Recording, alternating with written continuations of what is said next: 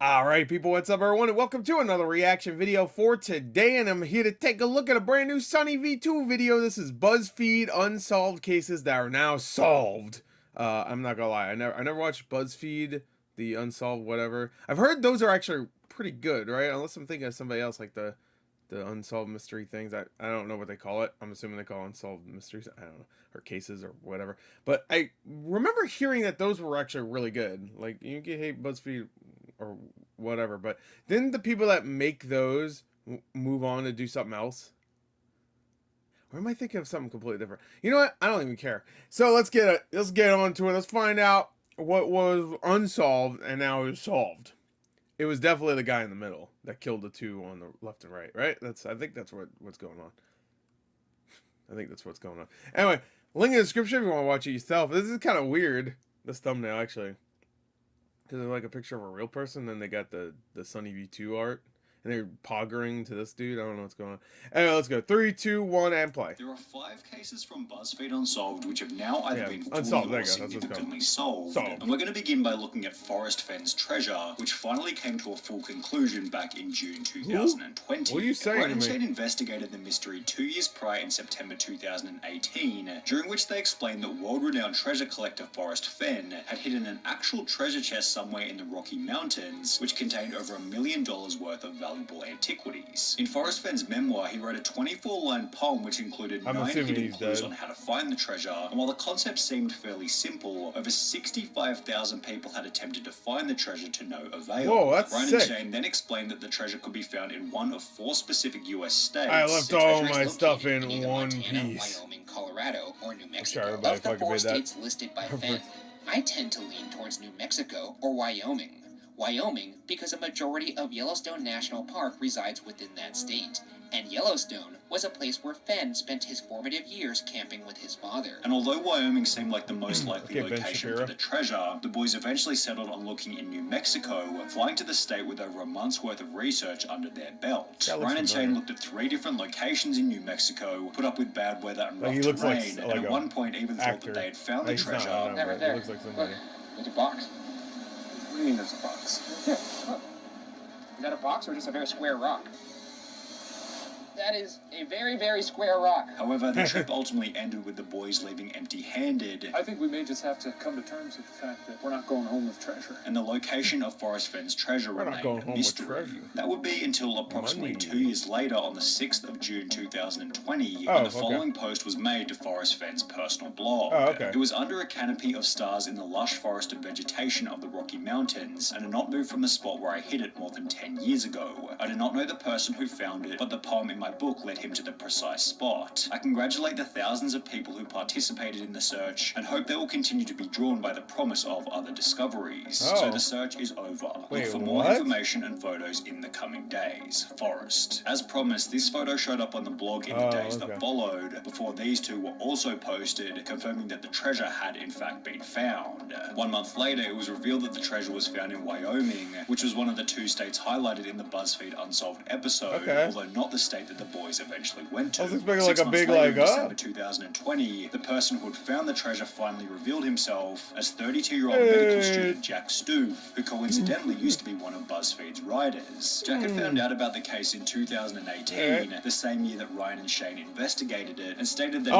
he learned about it earlier. Every day since he learned about it, also adding that he planned on selling the treasure to pay off his student loans. The treasure went up for auction on the 13th of December 2022, and after a whopping 1,643 bids, eventually sold for an impressive 1.3 million US dollars. I even noticed that, And while it took over 10 years for someone to eventually find the treasure, this is nothing when compared to the boy in the box, who was recently identified after 65 years of mystery. Ryan and Shane covered the boy in the box back in August 2017, with the major details being that in 1957, a box was found on the side of a road in Philadelphia, Pennsylvania, which contained the body of a boy between 4 4 and 6 years of age. Oh, The box had serial fun. numbers on the outside, a blanket on the inside, and items of clothing scattered around it. However, despite having access to numerous pieces of evidence, authorities were unable to identify who the boy was. For this reason, the boy was buried with a gravestone reading America's Unknown Child, which accompanied a sign on the street where the boy was found reading, "This unknown child became known as the boy in the box. He has never been identified. His case remains open. He is now called America's Unknown Child." His body had been exhumed on 2 separate occasions in 1998 and 2019, with a goal it's been over 20 years. Let's exhume that body again. The 1998 test was unsuccessful. However, by 2019, testing had become significantly more advanced, and while the victim's DNA was so degraded that it took 2.5 years of work to be able to extract enough data to perform the genealogy, on the 8th of December 2022, the boy in the box was identified as Joseph Augustus Zarelli. His DNA was uploaded to genetic databases, which led detectives to relatives on his mother's side. After pouring through birth records, they were also able to identify his father. They also learned that Zarelli's mother had 3 other children. Police refused to speculate on who killed Zarelli, though they noted, "We have our suspicions," meaning that while this identification is extremely fresh at the time of making this video, it's possible that the case could be fully solved sometime in the near future. However, if we're on the topic of fresh identifications, then we have to talk that one about doesn't look like a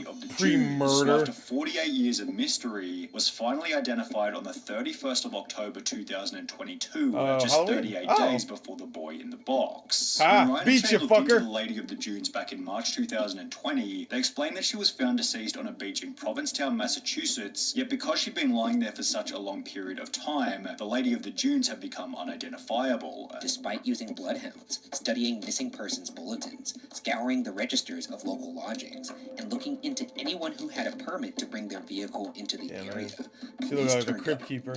The Lady of the Dunes also had extremely recognizable dental work. However, despite this and numerous different police sketches, nobody knew who she was. Similar to the boy in the box, the Lady of the Dunes was exhumed for DNA on 3 separate occasions in 1980, 2000, and 2013, although none of these resulted in her identification, leading the boys to stay I wonder what makes somebody just want to pick up the case again. Is it just like one of those where they find out about it and they're like, well, let's do it again, or does it just take that long for like things to happen, like things to move forward?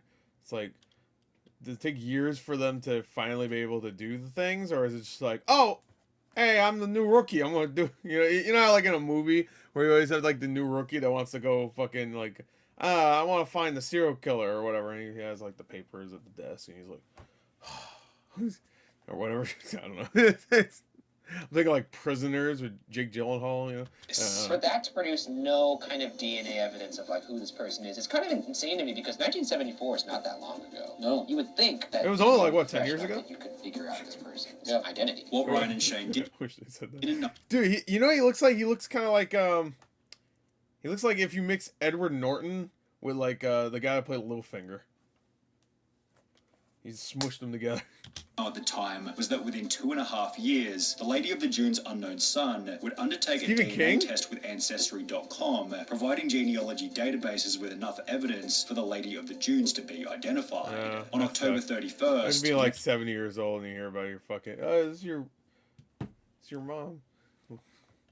I don't think they showed him the skeleton, but still. FBI announced it finally identified the woman as Ruth Marie Terry, a native of Tennessee who was 37 at the time of her death. At the time of her disappearance, Ruth Marie Terry had mentioned to family that she was traveling to Massachusetts with her husband Guy Moldalvin, who's now become the main suspect in the case. Despite being married at the time, Guy never officially reported the disappearance of his wife to the police and conveniently remarried a year later as if nothing had ever happened. Wait.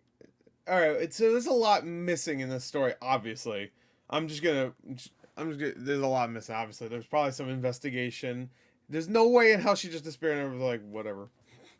Yeah. I don't know where she, I don't care. I don't know where I am. I don't care. What's even crazier is that Guy Moldalvin's previous wife had also gone missing and was eventually found dead alongside his daughter in Alright, I should just let it play. Inside a septic tank on Guy's Seattle home. Septic tank! He served Yucky! only 2 years in prison before being released, which was followed by him marrying Ruth Marie Terry, who was then found in the dunes only 5 months later. Guy Moldalvin died in 2002. However, if he is eventually found to be guilty, Ryan and Shane were correct. We're gonna dig his ass up and beat the fuck out of his ass. Suggesting I will say that this It would seem that this was done by somebody who wasn't, I guess, like an amateur. as well as this. The unidentified victim would have known her murderer. Yet we're incorrect in suggesting that the crime had been done by an Italian Whitey mob boss Bulger? or Really? schizophrenic prison inmate Haddon Clark. However, in the case of Amelia Whitey Bulger, man. Earhart, Johnny Depp did it? one of the theories put forward by the damn it. boys eventually turned out to be true. Ryan Johnny Depp played Whitey Bulger in a movie. Before someone's like, what? I don't get and it. explained that Amelia Earhart was trying to become the first woman to fly Oh, wait, around the Amelia world. Earhart. I'm sorry. Amelia Earhart. One of the theories put forward by the boys eventually turned know what out happened to to be true. Ryan and Shane explained that Amelia Earhart was trying to become the first woman to fly around the world. However, on the stretch between But she Papua didn't New realize Guinea that and she Howland was a Islands in woman. the South Pacific, Amelia Earhart I am an Adonis. Okay. I know. her navigator Frank Noonan, as well as their plane vanished and were never found again. Frankie Muniz? What the fuck he said? Amelia Earhart, her navigator Frank Noonan, as well as their okay. plane vanished and were never found Oh, so again. that's not Frankie The main Muniz. theory put forward in the Unsolved episode was that Earhart's plane had run out of fuel and either crashed into the ocean or had successfully made a crash landing on the South Pacific island of Nkumaroro. Evidence for the successful crash landing was that 2 years after Earhart's disappearance, a British colonial officer by the name of Gerald Gallagher found a campfire, sextant, and a partial human skeleton on the previously uninhabited island. I've never heard about the this. bones were sent What the to a fuck? physician in Fiji, who concluded that they most likely belonged to a male who was short, Meatless. stocky, and of European descent, eliminating the possibility that the bones belonged to Earhart. However, well, fuck these bones then. Ryan went on to explain that at a later date, the bones have been run through an updated database, which suggested that they could have belonged to a tall Alien. woman of European descent, Oh. which fit the description of Earhart perfectly. Wait, it well, could approximately be a a year after the woman. Buzzfeed Unsolved episode was uploaded, an article popped up on NPR.org titled, "New Research Claims Bones Found 80 Years Ago on Pacific Atoll Likely Amelia Earhart's," which explained that the bones had been run through modern ancestry So, program she didn't crash Voyage, which found that Hoodless had incorrectly determined the sex of the remains. The data revealed that the bones have more similarity to Earhart than to 99% of individuals in a large reference sample. Wow. It's a I've bit of a never heard stretch to about call this. the case of Amelia Earhart solved based on a Solved. couple of correctly sized bones. However, there's significantly better evidence for the person featured in Buzzfeed Unsolved's This. Alright. very It's a very. I don't like this thumbnail. first episode, the Somerton Never Man, heard of this. who was finally The Somerton identified Man. in July 2022 after 74 years Damn. of mystery. A lot of these are The recent, Somerton I love Man it. was found dead I on guess a it would beach make in sense. Adelaide, They'd all be Australia recent. back in 1948, dressed immaculately in a full suit with polished shoes. Strangely Alright, enough, hold on. all of Let's look at this diagram. 25 steps. Crippled children's home. Bench. Deceased. Okay. They put the X just in case you want. 8, dressed immaculately in a full suit with polished shoes. Strangely enough, all of the tags have been removed from his clothing, with his fingerprints failing to hint at who he might be. The case Wow. became even weirder That's like when a some torn mafia piece of paper shit. was found sewn into his pants, with the Persian phrase "tamam shud" written on it, which translated to "it has ended," with the case reaching even deeper levels What? of weird when someone brought in Some the book Zodiac from which the shit paper now. had What the been fuck is going torn, on? explaining that he found the book in the back of his car, which was parked near Somerton Beach. When the boys revisited the case in season 6, they talked extensively about the University of Adelaide professor Derek Abbott, who was seemingly the most determined as well as the closest to figuring out who the Somerton Man was. Well, it will be only 2 years and 3 months after this BuzzFeed Unsolved episode that Derek Abbott would finally achieve a breakthrough using the Somerton Man's hair. We looked for people with no date of death on that tree. And there was one that stood out. By using the DNA of a distant cousin living in Melbourne, Derek Abbott was finally able to confirm that the Somerton Man went by the name of Charles Webb. It was at this point that Charles? we knew that Did Charles not You know, say Carl? on that tree. Yeah.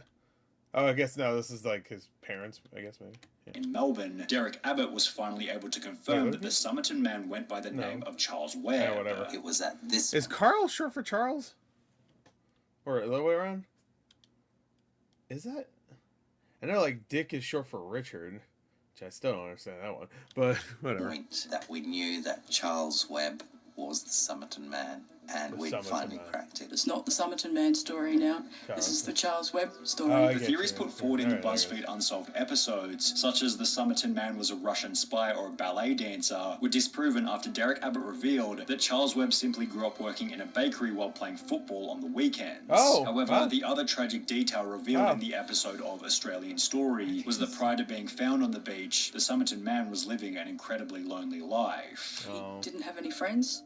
Not at all a happy person. Turns out that Charles loved to write poetry, and his favourite subject that he would write about was death. Yeah. The story turns out that it's not some wild spy drama. It's really a sad tragic domestic situation. No.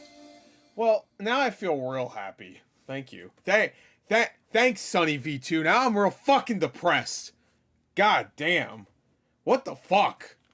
What the fuck? I don't want to be depressed today. I want to laugh. How come there's unsolved mystery cases that are now solved and make me laugh? Bullshit. Anyway, that was a good video though. I was like glued to that actually, because a lot of those like, I'm glad they were all like very distinct. I mean, most of them were. I like it started off very like, ooh, some treasure. And it's like, all right, kids murder in a box. Oh shit, here we go. That's what I was expecting from all these. It's like, all right, this guy was on he was dead on a beach. All right. Or she was dead on a beach. All right. This guy was dead in front of an orphanage, I guess. All right. That's a little fucked up. What was the other one? I already forgot. Oh yeah, Earhart, of course. That one's so iconic that I forgot about it. That makes sense, right? I never heard about the Amelia Earhart thing. So she crash landed on a island that was uninhabited. Sorry. Right? I'm assuming so. That's why she died on there. I can only assume. And she had like a thing there. Was it uninhabited? Is it? Whatever. Anyway, sometimes I miss things. Whatever. Anyway, that's it. That's another SunnyV2 video. That one was really good. That one was really fucking. That was messed up. A lot of mysteries I never heard of. Yeah, that's it. Bye.